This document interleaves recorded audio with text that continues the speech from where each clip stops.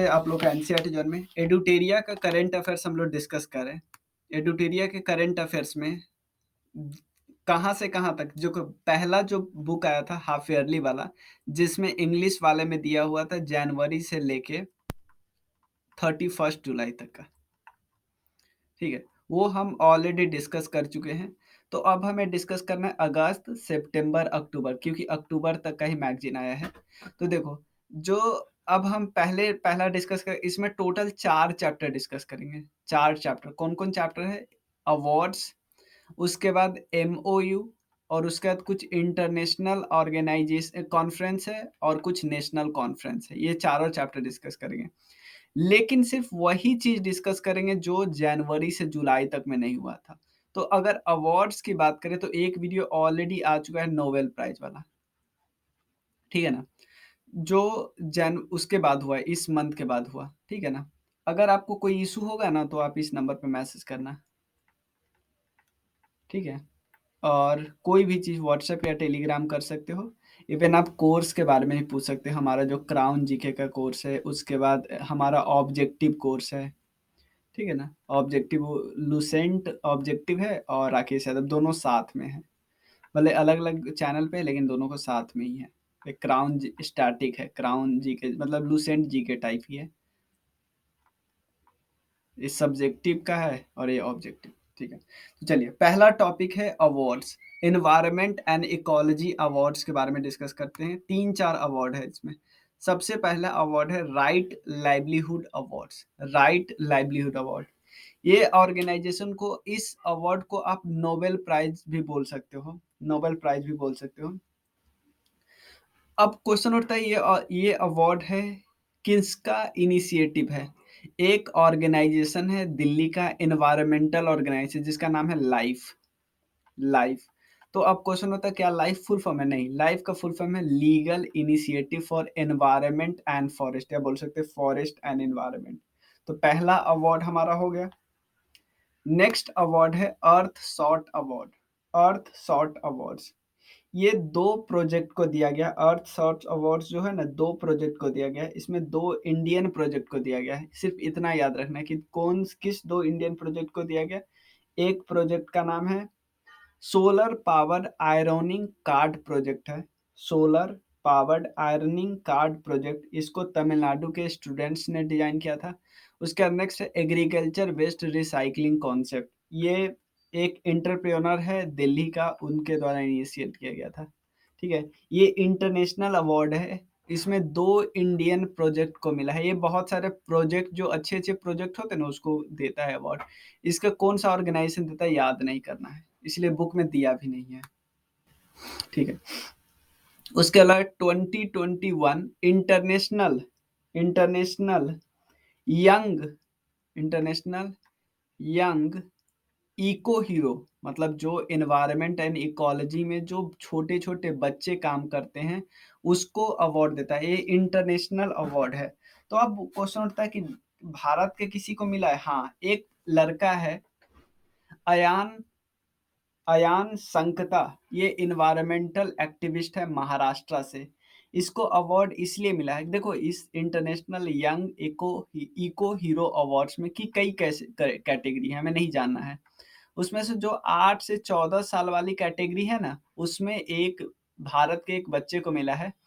क्यों? क्योंकि एक एक लेक है, पोवई लेक, महाराष्ट्र में है, उसको कंजर्व करने में मदद की है अयान संकता, ठीक है ना। उसके अलावा अफ्रीका का एक फूड अवार्ड्स है। अफ्रीका का एक फूड अवार्ड्स है, फूड्स अवार्ड्स है। ये किसको अवार्ड मिला है? एक इंडिया की ही ऑर्गेनाइजेशन है, हैदराबाद का, इंटरनेशनल क्रॉप रिसर्च इंस्टीट्यूट, ठीक है ना, इंटरनेशनल क्रॉप रिसर्च इंस्टीट्यूट, उसको मिला है अवार्ड अफ्रीका का, अफ्रीका फूड्स अवार्ड, ठीक है। इसके बाद जो इन्वायरमेंटल इकोलॉजी का अवार्ड है, जैसे land for life, best film for environmental protection, nature TTL photography, ये सब हम ऑलरेडी जनवरी से अगस्त वाले में डिस्कस कर चुके हैं, ठीक है। अब नेक्स्ट टॉपिक हम डिस्कस करने वाले हैं मेजर एमओयू। देखो, मेजर एमओयू में जुलाई तक का एमओयू हम ऑलरेडी डिस्कस कर चुके हैं, ठीक है ना। अब हम सिर्फ 3-4 बचा हुआ है, वो अक्टूबर सितंबर महीने में 3-4 हुआ, 4 हुआ है, याद रखिए। जर्मनी प्लस इंडिया के साथ, जर्मनी हमारे कॉटन इकोनॉमी में हेल्प करेगा, टेक्निकल कॉपरेशन और वैल्यू एडिशन। टेक्निकल कॉपरेशन करे क्यों? ताकि वैल्यू एडिशन कर सके कॉटन इकोनॉमी में, तो थोड़ा सस्टेनेबिलिटी बना सके कि हम ऐसा नहीं कि कॉटन में खुद खुद बहुत ज़्यादा फर्टिलाइजर यूज करते हैं, बहुत ज़्यादा पानी वगैरह यूज करते हैं, एनवायरनमेंट को नुकसान होता है। इंडिया और यूएसए ने बायोमेडिकल साइंस के फील्ड में दोनों ने आपस में एमओयू साइन किया। इंडिया और भूटान स्मॉल सैटेलाइट के फील्ड में, इंडिया रशिया जियोलॉजी के फील्ड में, याद रखें जियोलॉजी के फील्ड में कॉपरेशन, भूटान ने स्मॉल सैटेलाइट के फील्ड में। ठीक है, अब कुछ नेशनल समिट है, नेशनल समिट है, उसके बाद हम इंटरनेशनल समिट डिस्कस करेंगे। आप इस जो प्लेलिस्ट है ना, उस प्लेलिस्ट के वीडियो को अगर आप पहले का देखे हो ना, पहले का देखे हो तो आपको कोई दिक्कत नहीं होगा। पहले का नहीं देखो, एकाएक देख रहे हो यहाँ पे, क्योंकि ये हम ऑलरेडी डिस्कस कर चुके हैं, मतलब जुलाई तक का। तो हम एक्स्ट्रा देखो, कई बार कई जगह मैंने देखा कि जो लोग करा रहे हैं ना, कराते हैं तो पूरा पूरा कराते हैं फिर से, मतलब एक बुक को करा दिया जनवरी से जुलाई वाला, फिर इस बुक को कराएंगे तो इस बुक में जनवरी से जुलाई वाला भी करवा देंगे, और फिर सितंबर अक्टूबर अगस्त वाला भी करा देंगे। क्या फायदा, आप लोग का दोबारा टाइम लगेगा, है तो वही ना। और इस बुक में ऑर्गेनाइज किया हुआ है कि पहले जनवरी फरवरी मार्च अप्रैल मई जून जुलाई ऐसे करके कहते, जनवरी से जुलाई 31 जुलाई का तो ऑलरेडी कर चुके हैं ना, तो सिर्फ अगस्त सितंबर अक्टूबर में जो आया है, जैसे मान लो एक टॉपिक है नेशनल समिट, नेशनल समिट में 20-25 है, लेकिन 20-25 में ऑलरेडी जो हम 22 है वो तो जनवरी से जुलाई तक का है, तो ये ऑलरेडी डिस्कस हुए, 3 महीने में जो हुआ है वही ना हम डिस्कस करें। चलिए, सबसे पहले नेशनल कोऑपरेटिव कॉन्फ्रेंस हुआ है सितंबर 2021 में, कोऑपरेटिव कॉन्फ्रेंस। तो हमारे कोऑपरेटिव मिनिस्टर साहब कौन है? अमित शाह जी। और ये आपको पता है मिनिस्ट्री ऑफ होम अफेयर्स भी है, होम मिनिस्टर है, यूनियन होम मिनिस्टर। तो ये आपको पता है ना, ये नया मिनिस्ट्री बना है, कोऑपरेटिव मिनिस्ट्री ऑफ कोऑपरेटिव्स। उसके अलावा 108 इंडियन साइंस कांग्रेस हुआ है, ये जनवरी 2000 हुआ नहीं, होगा 2022 में। कहाँ पे होने वाला है? पुणे महाराष्ट्र में, याद रखिए पुणे महाराष्ट्र में। थीम क्या है? बहुत important, science and tech for sustainable development and women empowerment. बहुत अच्छा थीम है, आराम से पूछ सकता है, science and tech for sustainable development and women empowerment. उसके अलावा डिफेंस एक्सपो 2022 मार्च में होने वाला है गांधीनगर गुजरात में, ये बाई एनियली होता है, ठीक है ना, हर 2 साल में। बाई एनुअल, एनुअल का मतलब होता है 6 महीने में, एनियली मतलब 2 साल में एक बार, ठीक है। ये हुआ नेशनल समिट। अब कुछ इंटरनेशनल समिट है, उसके बाद डिस्कस कर लेते हैं जो इंटरनेशनल समिट क्या क्या हुआ इस महीने में, इतने महीने में, वो सब डिस्कस कर लेते हैं। सबसे पहले United nation global sustainable transport conference, ठीक है ना, अक्टूबर 2021 में हुआ बीजिंग में, ठीक है ना, याद रखिएगा। ताकि जो भी चैलेंजेज आती है सस्टेनेबल ट्रांसपोर्ट में, उसको कैसे अचीव किया जा सके, ग्लोबल सस्टेनेबल ट्रांसपोर्ट कॉन्फ्रेंस, ठीक है। 16th G20 समिट 2021 में अक्टूबर 2021 में हुआ, ये वर्चुअली हेड किसके द्वारा किया गया? इटली के द्वारा किया गया, ठीक है ना, G20। और 16th है, 17th किस होना है? इंडोनेशिया में, 18th होना है इंडिया में, और मतलब 17th इंडोनेशिया में, 18th इंडिया में, 19th साउथ अफ्रीका में। आपको पता है ना G20 का एक ट्रायोका बना है, ट्रायोका में जो आने वाला 2 सेशन है वो 2 देश होता है, एक जो जहाँ पे अभी हुआ है कि कैसे कैसे क्या क्या कौन सा सब्जेक्ट पे बात होगा, उसको ट्रायोका बोलते हैं, वो 3 लोग होते हैं। तो इंडिया पहली बार G20 के ट्रायोका में शामिल हुआ है, क्योंकि पहली बार इंडिया में समिट होने वाला है G20 का 2023 में। Fourth India USA health dialogue, fourth India USA health dialogue, ये सितंबर में हुआ न्यू दिल्ली में, ठीक है ना। और हेल्थ और बायोमेडिकल साइंस के फील्ड में, मैंने बताया था ना बायोमेडिकल साइंस के फील्ड में कोऑपरेशन किया, तो यूएसए के साथ किया। एसीओ का मीटिंग हुआ सितंबर 2021 में, ताजिकिस्तान में हुआ। पहली बार हुआ जो हाइब्रिड फॉर्मेट में, कि कुछ लोग प्रेजेंट भी थे और कुछ लोग ऑनलाइन भी थे। ईरान 9th मेंबर बना है और जो 22nd समिट होने वाला है वो होने वाला है उज्बेकिस्तान में। याद रखें, उज्बेकिस्तान में। अभी कहाँ पे हुआ है? ताजिकिस्तान में। उज्बेकिस्तान में होगा। उसके अलावा क्वाड समिट हुआ। आपको पता है पहली बार इन पर्सन समिट हुआ है, पहली बार। अमेरिका हेडेड किया था क्योंकि अमेरिका में ही होने वाला था, वाशिंगटन डीसी में। इंडिया ऑस्ट्रेलिया का 2+2 डायलॉग हुआ है। अभी आपको पता है रसिया के आए थे पुतिन साहब, तो रसिया के साथ भी 2+2 डायलॉग्स हुआ।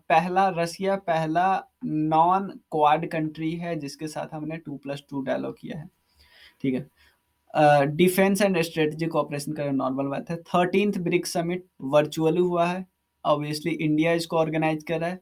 इसका सब्जेक्ट क्या था? Intra BRICS cooperation for continuity consolidation and consensus. Cooperation for continuity consolidation and consensus, C4 आप याद रखिएगा।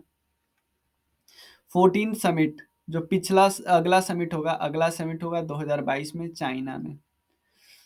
इब्सा समिट हुआ है इंडिया, ब्राजील, साउथ अफ्रीका। ये वर्चुअली हुआ। थीम क्या था? बहुत अच्छा, demography and democracy for development, DDD, या 3D बोल सकते हैं, या D3। Demography and democracy for development. अच्छा अच्छा थीम है, पूछ भी सकता है। First G20 ministerial conference on women empowerment. देखो G20 का 2021 में जहां भी हुआ ना, इटली ही चेयरमैन करेगा, तो हमारे तरफ से जो women and child development ministry है वही जाएंगे। World economic forum for sustainable development impact summit, ध्यान देना, world economic forums sustainable development impact summit. देखो समिट का नाम है, करवाता कौन है? World development forum. सितंबर 2021 में जिनेवा में हुआ। Emphasis on inclusively reviving economics. ठीक है। उसके अलावा 9th Asian ministerial energy round table. Asian ministerial energy round table 2022 में होगा इंडिया में। International energy forum declare that the IEF is the world's largest energy organisation with, इसमें इतना member है। इंटरनेशनल एनर्जी फोरम ने डिक्लेयर किया है कि इंटर मतलब ये सबसे डिक्लेयर किया गया है कि वर्ल्ड का लार्जेस्ट एनर्जी ऑर्गेनाइजेशन है क्योंकि इसमें 71 मेंबर है। गंगा मेकोंग कॉपरेशन हुआ था 11वां, वर्चुअली हुआ। और इसको ज्वाइंटली चेयर किए थे 2 लोग, एक तो इंडिया के फॉरेन मिनिस्टर और एक कैम्बोडिया के। ठीक है ना। और ये तो ऑलरेडी हम डिस्कस कर चुके हैं, तो ये हो गया। आपको कोई भी डाउट हो तो इस नंबर पर मैसेज करना,